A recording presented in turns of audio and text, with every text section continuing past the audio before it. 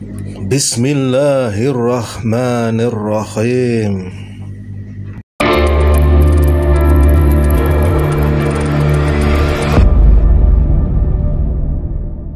Assalamualaikum warahmatullahi wabarakatuh, Ustaz.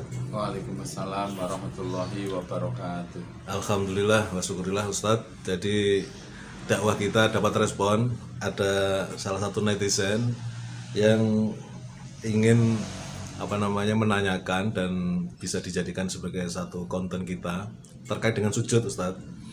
Ya, kira-kira di dalam konteks sujud ini beliau netizen itu mengatakan bahwa hubungan makhluk dengan kholiknya itu terdekat ketika sujud. Nah, kemudian di dalam sujud tentu dalam sholat, tapi ada juga sujud yang istilahnya mungkin sujud tambahan ya, atau sujud yang agak lama. Doanya apa itu yang sering dilakukan orang itu, sebaiknya doanya apa, dan nanti juga penjelasan tentang sujud sahwi. Silahkan, Ustaz. Ya, terima kasih. Jadi masalah sujud ya, pertama sujud ini asalnya dari bahasa Arab ya, sajada ya sujud. Jadi sujud itu kalau dalam kamus disebutkan wad'ul jabhati alal ardi, meletakkan dahi jidat di atas bumi. Memang benar, sujud itu puncak dari penghambaan seorang hamba, seorang manusia kepada Sang Pencipta. Jadi tidak boleh sujud kecuali hanya kepada Allah Subhanahu wa Ta'ala. Bagaimana dengan perintah Allah agar malaikat itu bersujud kepada Adam?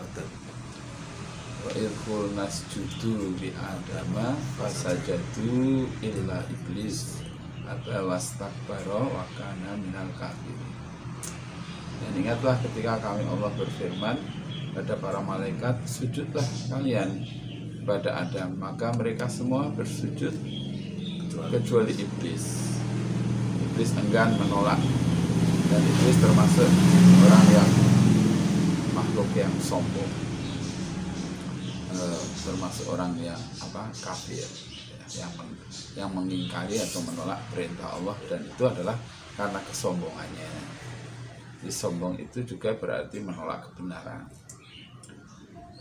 Nah, jadi kenapa Allah menciptakan kita, menciptakan anggota badan kita termasuk dahi kita untuk bersujud? Jadi Allah menciptakan manusia itu dalam rangka untuk beribadah. Dan ibadah dalam hal ini misalnya sholat itu kadang digunakan kata sujud, kadang digunakan kata rukuk ya. Kadang juga berdiri gitu kan. Memang sholat itu ada banyak gerakan, antara lain gerakan sujud. Nah, hendaknya orang yang bersujud, orang yang sholat itu terus menjadi orang yang rendah hati, tidak menjadi orang yang tinggi hati atau sombong, karena dia meyakini bahwa semua yang dia miliki adalah titipan amanah dari Allah yang diberikan kepadanya, apakah berupa harta atau juga berupa ilmu, kekuasaan dan sebagainya. Maka orang-orang yang gemar bersujud, banyak bersujud, itu orang yang banyak mendekatkan diri kepada Allah. Aqrabu ma yakunu bil abdu mir rabbih bahwa sajidun. Faksir doa. Yang paling dekat dari seorang hamba dengan Tuhannya ketika dia sujud. Maka perbanyaklah berdoa. Perbanyaklah berdoa ini bisa berarti perbanyaklah sholat. Dengan banyak sholat maka banyak sujud. Yaitu sholat-sholat sunnah. Ada sholat sunnah rawatib ya.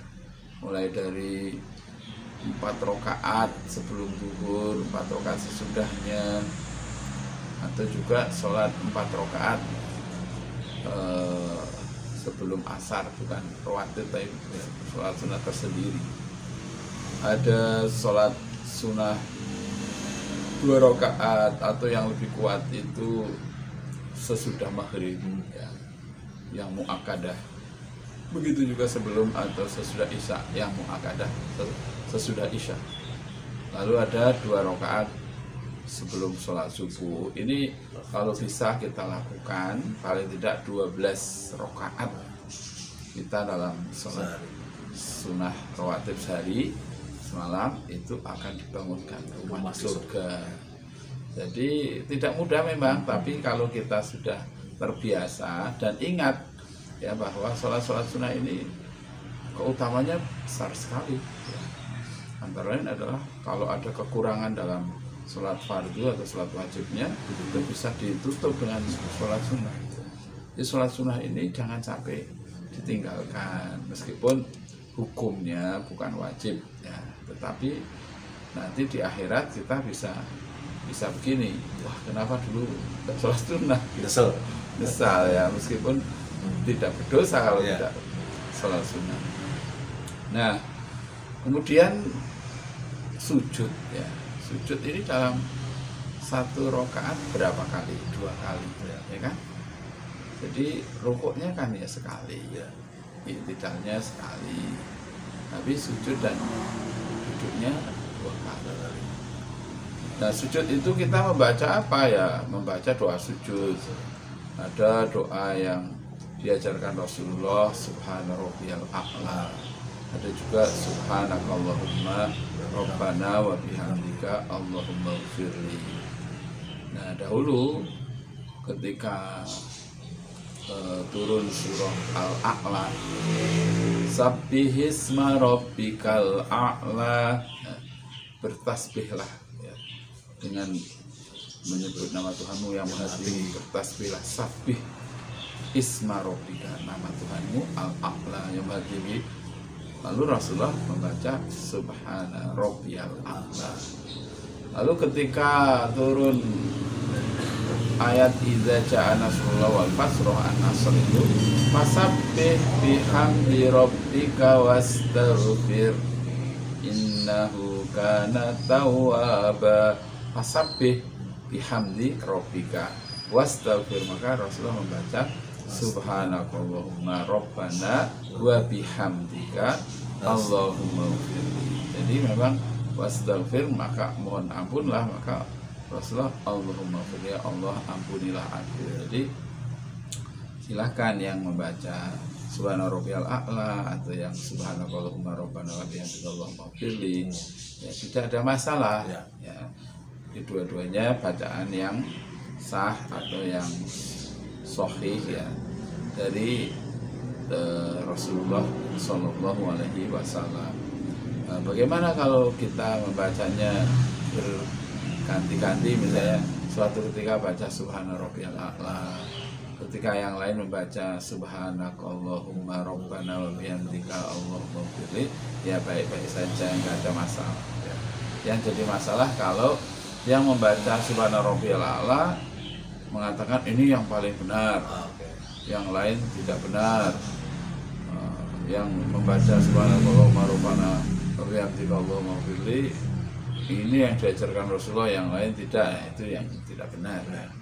Apalagi kalau ini bacaan sholatnya orang NU ya. Wah itu tambah keliru lagi ya. Sebelum ada Nahdlatul Ulama sudah ada bacaan ini dari Rasulullah. Ini bacaannya orang Muhammadiyah, lalu orang NU di RA Rodatul Afal tingkat TK itu diajari anak-anaknya dengan murid-murid RA misalnya diajari subhana rabbiyal a'la, yang di TK Aba subhanakallahumma rabbana wa bihamdika Allahumma ighfir. Sehingga anak-anak itu taunya ya doanya itu hanya itu ya. Lalu ketika ada yang lain berbeda, itu bukan kelompok saya. Nah ini salah ya. Jadi kita jangan sampai diadu domba dengan masalah-masalah ibadah seperti ini. Nah, jadi bagaimana kalau kita itu memperbanyak doa dalam sujud itu?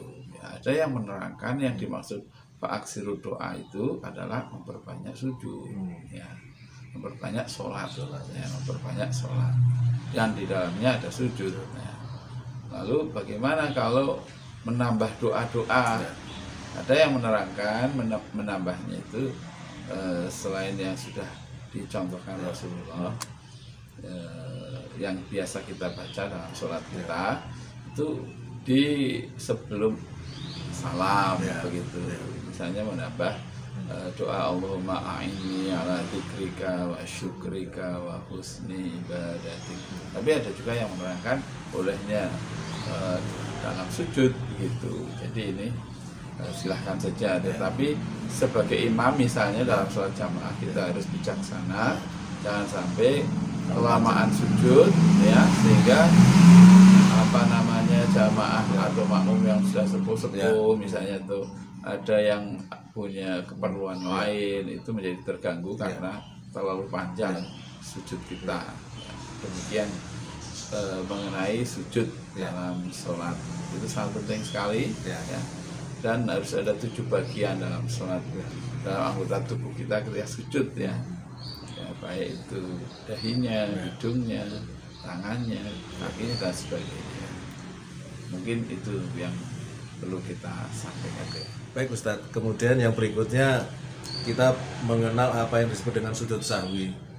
Yang setahu saya kalau nggak salah mungkin lupa ini berapa rakaat itu ya. Ini bagi beberapa orang mungkin ada yang belum paham, mungkin bisa dijelaskan Ustadz. Ya memang benar bahwa manusia itu kadang lupa ya, termasuk ketika sholat dia lupa ini sudah berapa rakaat ya. Gitu. Nah, bagaimana ini caranya kalau betul-betul lupa?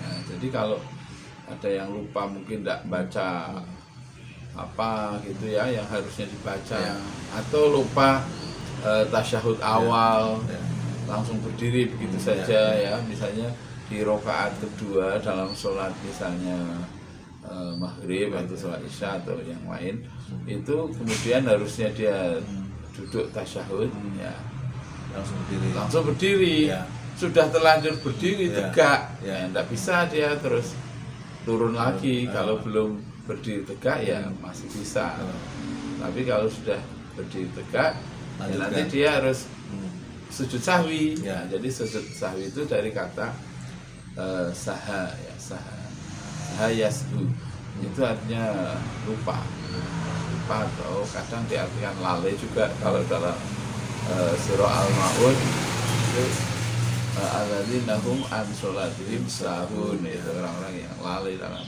sholatnya, itu tidak memperhatikan sholatnya. Jadi sujud sahwi itu bisa dilakukan sebelum salam. Jadi sebelum salam kita kemudian bersujud 2 kali. 2 kali ya? 2 kali ya. Lalu setelah itu salam. 2 kalinya itu langsung atau sempat? Ya duduk ya sujud ya kan, terus duduk. Selama duduk tidak perlu doa apa-apa ya? Enggak ya, terus sujud lagi. Nah, sujudnya apa yang dibaca? Ada yang menerangkan ya bacaan sujud. Ada juga yang menambahkan dengan bacaan lain, misalnya subhana man la yanamu wa la yashu, Maha suci zat yang tidak tidur dan tidak lupa, itu Allah Subhanahu wa taala. Jadi ya sama sebenarnya subhanallah juga. Atau subhana rabbiyal a'la, silahkan membacanya seperti itu 2 kali. Tapi bisa jadi orang itu ingatnya setelah sholat, bisa setelah sholat sudah salam ya maksudnya karena sudah salam itu kan mengakhiri sholat ya. Tapi tiba-tiba astagfirullah ada yang mengingatkan atau dia ingat sendiri tadi kurang lupa kurang 1 rakaat ditambah 1 rakaat kalau kurang rakaat tapi kalau tadi belum ada sujud belum ada ini loh tasyahudnya ya dia langsung berdiri, kemudian takbir juga. Ya takbir, Allahu Akbar, sujud lah. Tanpa ruku. Ya tanpa ruku. Ya. Berdiri langsung sujud. Ya. Itu bisa. Bisa ya 2 kali setelah itu salam. Ya. Jadi yang penting sebenarnya begini ya, orang itu jangan sampai meninggalkan sholat, ya kan? Apapun keadaannya. Kalau rukun Islam yang lain itu bisa ada namanya dispensasi ya istilah saya. Jadi kalau misalnya seperti misalnya zakat, zakat ini tidak semua orang Islam yang sudah balik sudah mukallaf wajib zakat, kan ada ketentuannya yang namanya nisab dan haul.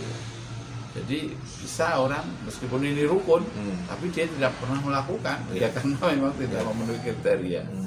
Puasa Ramadan sudah balik, sudah akil, sudah ya istilahnya sehat, tapi dia dalam perjalanan yang boleh tidak berpuasa, nanti mengganti di hari yang lain, atau mungkin dia sudah sangat tua ya, lansia, dewasa, sudah tidak mampu lah dia untuk berpuasa, bisa diganti dengan fidyah, memberi makan orang miskin. Tapi ya, termasuk haji ya, haji kalau belum mampu ya kan, walillahi 'alan nasi hijjul baiti man istata'a ilaihi sabila. Jadi kalau belum istita'ah, belum mampu ya tidak wajib. Atau mungkin mampu sebenarnya secara materi, tapi harus nunggu. Ya nanti tunggu sampai waktunya diperbolehkan haji baru dia bisa berangkat. Jadi kalau sholat tidak begitu. Kalau mutlak dalam perjalanan harus sholat. Dalam perang pun harus sholat. Dalam perang sholat. Dalam ketika puasa ya sholat. Ketika haji juga sholat. Ketika tidak bisa berdiri ya sholat. Duduk dengan duduk. Duduk berbaring. Ya berbaring miring. Nanti sampai nggak bisa miring ya udah. Berbaring lurus begitu ya. Jadi sholat itu tetap harus dilaksanakan. Bagaimana kalau misalnya orang ini pingsan ya, waktu pingsan tidak wajib sholat tapi begitu sadar ya sholat. Atau stroke yang atau pikun ya, ketika pikun ya dia sholat tapi ya mungkin terus lupa kan namanya pikun. Jadi pokoknya jangan sampai kita itu meninggalkan sholat tanpa alasan syar'i. Lalu sebagai orang tua seperti saya ya, saya harus meyakinkan bahwa anak-anak saya itu sholat dengan baik. Sholat fardu berjamaah, sholat sunnah ada juga yang berjamaah. Tapi umumnya sholat sunnah itu sendiri.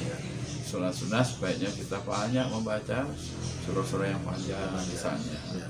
Jadi sholat ini penting sekali karena sholat itu bisa juga sebagai sarana kita memutus siklus kecemasan. Misalnya pagi itu stres, lalu kita ingat Allah, sholat duha, kan?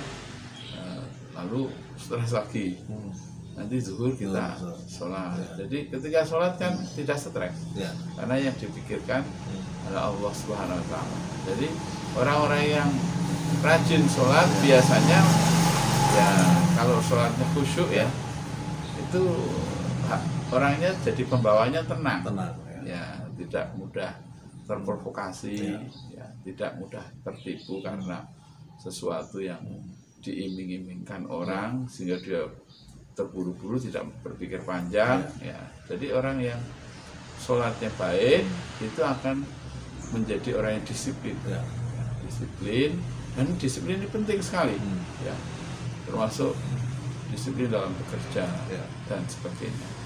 Demikian mengenai sujud sahwi ya, mudah-mudahan bagi yang belum pernah ya, gimana caranya kalau lupa atau ragu-ragu, mungkin juga aduh tadi itu sepertinya udah 5 rakaat gitu ya. Nah, kelebihan. Jadi baik kurang maupun kelebihan. Nah, lalu ada sujud yang lain ya, kaitannya dengan ibadah. Itu sujud tilawah. Ini bisa dilakukan juga dalam sholat. Ketika imam misalnya atau makmum ya, ketika sholat sendiri atau sholat berjamaah atau di luar sholat membaca ayat-ayat sajdah. Ya, ayat sajdah itu kalau tidak salah ada 15 tempat. Ya, antara lain misalnya dalam surah Al-Insyiqaq ya. Wa idza quri'a 'alaihimul Qur'anu la yasjudun. Nah, lalu ketika misalnya dalam sholat, dia langsung Allahu Akbar sujud. Meskipun ini masih berdiri kan imam, sujud membaca apa itu doa, sujud tilawah. Kemudian berdiri lagi melanjutkan ayatnya. Doanya apa kalau sujud tilawah? Sama. Doanya itu sajada wajhi lilladzi khalaqahu wa syaqqa sam'ahu wa basarahu lilladzi khalaqahu wa sawwarahu wa syaqqa sam'ahu wa basarahu bihaulihi wa quwwatihi fatabarakallah ahsanul khaliqin. Panjang juga ya. Tidak begitu apal. Kalau pakai doa yang biasa juga nggak apa-apa ya. Iya, tidak apa-apa, silakan. Saya pengalaman sujud tilawah itu waktu Ya, bacaan sujud di masjidnya Salafi itu di Cilangkap itu. Oh iya. Tapi dia ngasih tahu pada saat sholat taraweh itu. Nanti saya baca ini loh ya. Soalnya satu hari itu 1 juz. Oh. Ketika melewati itu. Saya pernah membaca ya keterangan bahwa orang tidak tidak siap-siap untuk sujud tilawah. Dikira salah imamnya. padahal memang kan belum rukuk kan. Ya memang harusnya begini ya, harusnya umat Islam itu tahu kalau ada ayat-ayat sajdah dan kalau imamnya itu sujud ya ikut sujud. Tapi kalau belum tahu ya itu akhirnya diberitahu sebelumnya. Tapi sebenarnya kalau kaidahnya kan tidak memberitahu sebetulnya maksudnya ya. Jadi dia tiba-tiba dia membaca surah apa gitu kan, lalu kemudian di dalamnya ternyata ada ayat sajdah ya. Lalu dia kemudian bersujud ya, dan tidak mesti bunyinya itu yasjudun atau wasjud waqtarib, tidak begitu kan, ada tandanya ya di dalam mushaf Al-Quran itu tanda ayat sajdah dan sujudnya namanya sujud tilawah, yaitu ketika membaca atau mendengar di luar sholat ya bisa kita membaca tiba-tiba ketemu ayat itu, lalu kita kalau Imam Syafi'i itu mengajarinya berdiri dulu takbir terus sujud. Kalau Imam Malik langsung sujud ya. Tapi memang yang penting sujudnya itu.